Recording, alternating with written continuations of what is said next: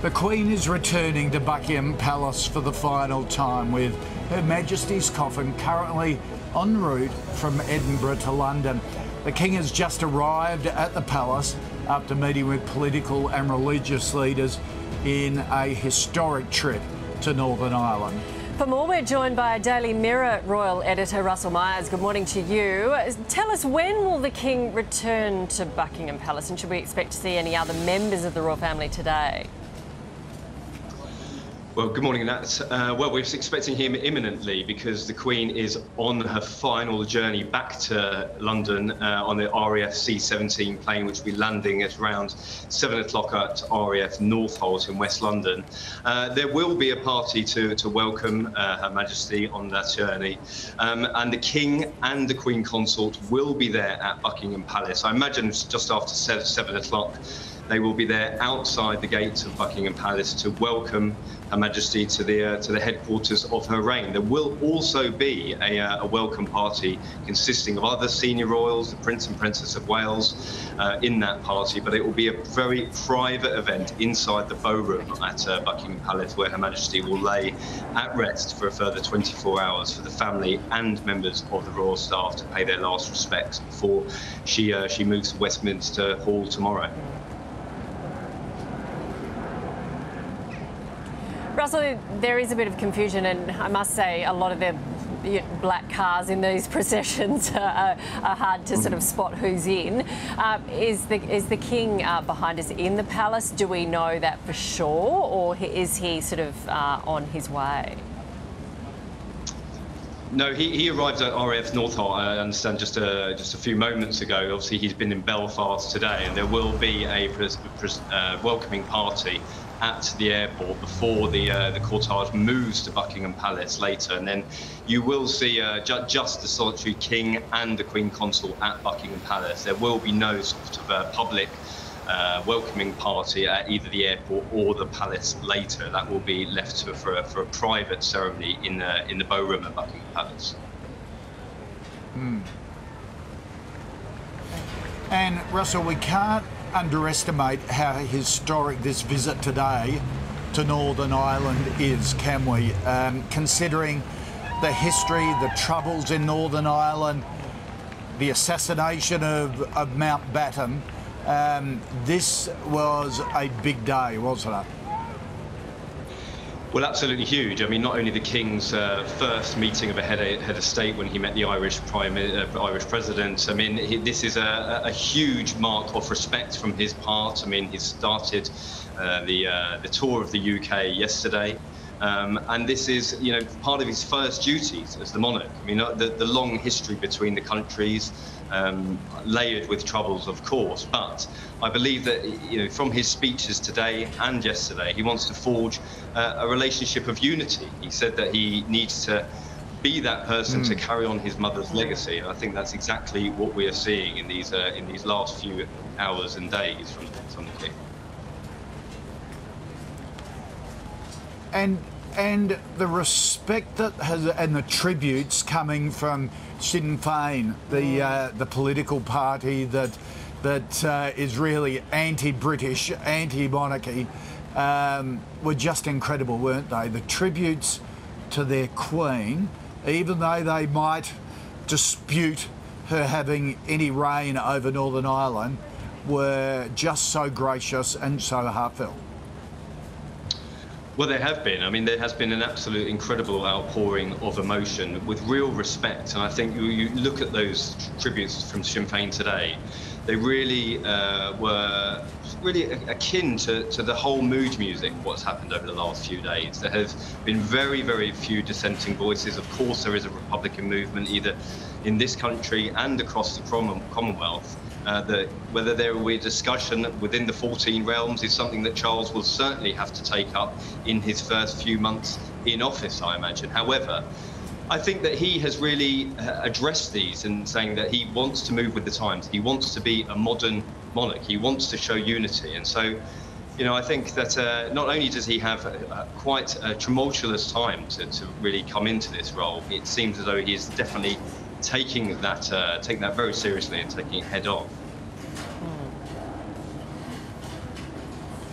Yeah, what a difference. I mean, in our lifetime, Yes. Sinn Féin, you know, affiliated no, exactly. with the IRA. Russell, forgive us, these are live shots from RAF Northolt, where the Queen's plane will land with her casket. It's due to land in about 25 minutes on the flight from Edinburgh. So we'll bring you live pictures, of course, when it does. Quite emotional scenes when the plane took off from Edinburgh, Yes. wasn't it? Yeah. It really is. It's a very, very emotional day, particularly for the thousands and thousands waiting here outside Buckingham Palace in London. Russell, Her Majesty's coffin will rest here at Buckingham Palace overnight. It will come in the gates just behind us here. Will this be the last chance for her family to have a private moment with her before the funeral? Well, it seems so. Certainly there will be a vigil, I'm told, of the King and the rest of the Queen's children, like we saw in Edinburgh at St Giles Cathedral just 24 hours ago. But again, that was in public. I think quite surprisingly, there have been people who have been queuing up for more than 12 hours. And when they were still allowed to walk past Her Majesty's coffin, there the King was with his siblings standing there in solemn silence. There will be another vigil like that at Westminster Hall, but certainly today, when Her Majesty is taken through the gates of Buckingham Palace and taken into the ballroom, which has been a scene of such celebration. There's been lots of meetings there before with heads of state, even huge dinners that she's laid on in previous years. And I think that, of course, that will be a very, very solemn, private moment for the family, but of course the staff as well. Many of the royal staff worked for the Queen, indeed the royal family, for many years, some of them many, many decades. And of course they will be absolutely distraught and devastated as they prepare to say their final goodbyes the next day or so. Russell, explain to us why they did it like this, why Princess Anne was the only royal who's actually travelling with Her Majesty's coffin from Edinburgh back here to London. Well, it's interesting. I mean, Anne and the Queen had a fantastic relationship, but I think that literally just in the last few minutes we've had a statement from Princess Anne, and she says in her statement, "I was fortunate enough to share the last 24 hours of my dearest mother's life. It's been an honour and a privilege to accompany her on her final journeys. Witnessing the love and respect shown by so many on these journeys has been both humbling and uplifting." I mean, she talks about sharing unique memories with her mother, and their closeness must not be underestimated. Certainly, she was very, very close to her father, Prince Philip. Everybody used to say they were pretty much one and the same person. But her relationship with her mother will no doubt, I think we've seen over the last few days, she's looked absolutely crestfallen, and it's a tremendous honour that the King has sort of bestowed upon her to bring her from her beloved Scotland, leaving her favoured Balmoral, the place where the family spent such an amazing few summers and years, great memories of being there, and I think that this final journey, leaving Scotland, there would have been no better person to do it.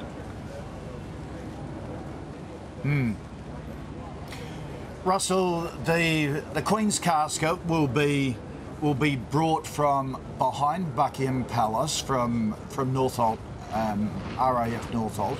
It won't come down the Mall. It's almost coming in behind Buckingham Palace and turning straight in. Tomorrow, the procession to Westminster Hall is a very different matter, isn't it? What's going to happen there? Well, it will be. I mean, you're already seeing, I was down there this morning, you're already seeing an awful lot of people line the streets of this procession, and it's almost going to be much larger than the funeral procession itself, because we were going to see a procession, a walking procession with the male members of the royal family. The King will be leading that group, including the Prince of Wales, Duke of York. We're going to see William and Harry standing shoulder to shoulder once more. I mean, they came together for the Duke of Edinburgh's funeral, but I think that this sense of unity that we've seen amongst those two will be really under the magnifying glass tomorrow. The royal women will be following in the cars. I understand that's going to be obviously the Queen Consort and the Princess of Wales will travel together. Meghan will travel with the Countess of Wessex. And tomorrow you will see where this sort of final homecoming to the Queen's home. I mean, her reign was headquartered in London, and the crowds that have gathered even now to wait and see that procession tomorrow are extraordinary.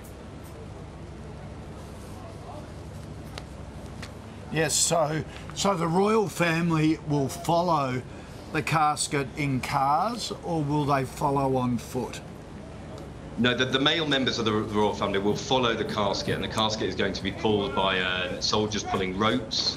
As I said, the king will lead that procession of the male members of the family on foot. The female members of the family, including Queen Consort, Princess of Wales, Duchess of Sussex, and the Countess of Wessex, will be following in cars behind that procession. And I think it takes about 18 minutes, the whole journey. Right. Okay. All right, Russell, for now, thank you very much for your time.